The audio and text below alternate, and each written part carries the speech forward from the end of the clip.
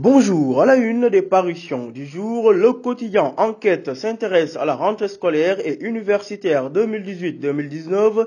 Les nuages de la rentrée, titre Enquête qui révèle que l'appel du président Macky Sall à une année scolaire normale et moyennement accueillie. D'ailleurs, Abdoulaye Ndoye, le secrétaire général du QCM, se confie à la une de Enquête que cette sortie du chef de l'État ne nous rassure pas. Le COSYDEP, de son côté, invite le gouvernement à partager le rapport sur le système de rémunération des agents de la fonction publique. À la une de Vox Populi, l'on apprend qu'après que le chef de l'État a constaté en Conseil de ministres le non-respect des engagements du gouvernement, les enseignants sont désormais prêts à déterrer la hache de guerre. Vox Pop qui renseigne que l'incertitude plane désormais sur la prochaine rentrée scolaire.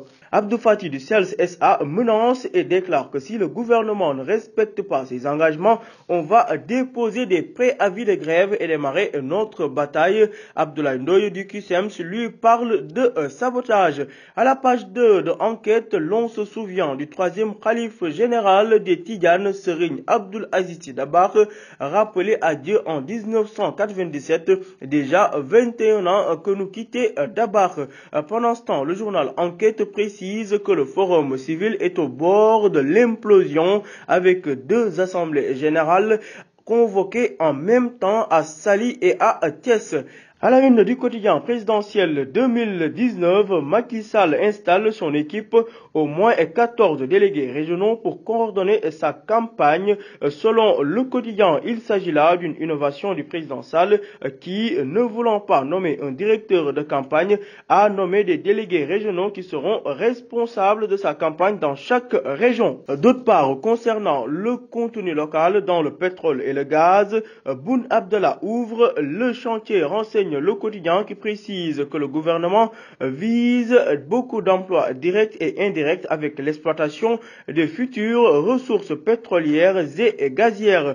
Le journal L'Observateur, dans sa parution du jour, parle du blocage du capital de la compagnie Air Sénégal qui a été sauvé d'une catastrophe. En effet, la Société Générale a libéré 7 milliards de francs CFA pour le compte de Sénégal Air et au profit du constructeur européen Airbus.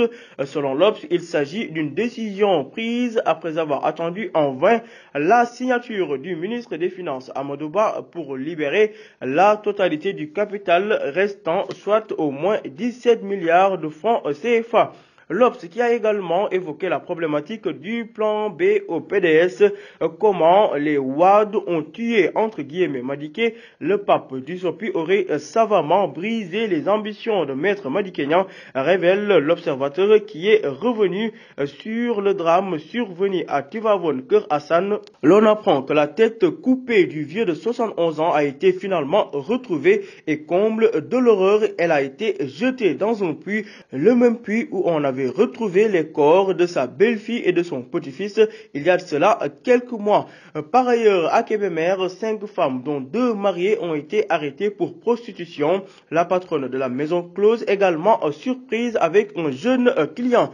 À la une du Témoin quotidien, un dossier est dédié aux incendies dans les marchés sénégalais. Pourquoi nos marchés brûlent, s'interroge nos confrères du Témoin quotidien qui dresse la liste des causes d'incendie entre occupation anarchique de l'espace, absence de bouche d'incendie, installation électrique vétuste et non réglementaire et l'entreposage de matières inflammables. Voilà un cocktail explosif qui favorise les incendies, entre autres causes à lire aux pages 5 à 8 du Témoin et quotidien. À la page 2 du Témoin et quotidien, Abdoulaye Wade invite Maître Madické Niang à Doha, ceci après les bisbilles notés ces derniers jours. Présidentiel 2019, le président Macky Sall rencontre les mouvements de soutien acquis à sa cause ce 24 septembre sous la houlette de Cheikh Kanté, le ministre du PSE, qui à l'occasion a décroché les votes des éleveurs pour le chef de l'État, nous dit le quotidien. Économie, rapport de la Banque mondiale sur le climat des affaires, les bonnes notes du Sénégal avec une hausse de 7%, affaire Wiri, cette fois-ci Saner Jojo et compagnie sous la menace d'une plainte pour escroquerie selon Enquête. À la une du journal Libération, le procureur spécial près de la CREI passe à l'acte avec des réquisitions d'incarcération contre Karim Wade et compagnie. Le parquet spécial ne lâche plus Karim Wade et compagnie. Il est maintenant sûr et certain que Karim Wade sera arrêté dès qu'il posera les pieds au Sénégal, à défaut de payer la rondelette somme de 141 milliards de francs CFA. Le procureur spécial de la Cour de répression de l'enrichissement illicite, la CREI, Abdoulaye Diagne, a sorti son plan B en transmettant une réquisition d'incarcération visant Karim Wade et ses co-condamnés à la direction de la police judiciaire, renseigne le journal Libération. Du sport, pour finir, Stade revient sur les U18. L'équipe Sénégal des U18, après sa large victoire sur la Sierra Leone, 4-0, les Lionceaux à un pas de la CAN 2019. Parlons cette fois-ci de la fébrilité défensive au sein de l'équipe nationale A. Faut-il casser le duo Koulibaly-Sané, s'interroge Stade, qui revient sur les problèmes de gestion des scores des Lions, l'inquiétante faiblesse des Lions de football du Sénégal. Par ailleurs, Ballon d'Or, Modric est-il fort que ça, s'interrogent mes confrères de Stade. À vos journaux et bonne lecture.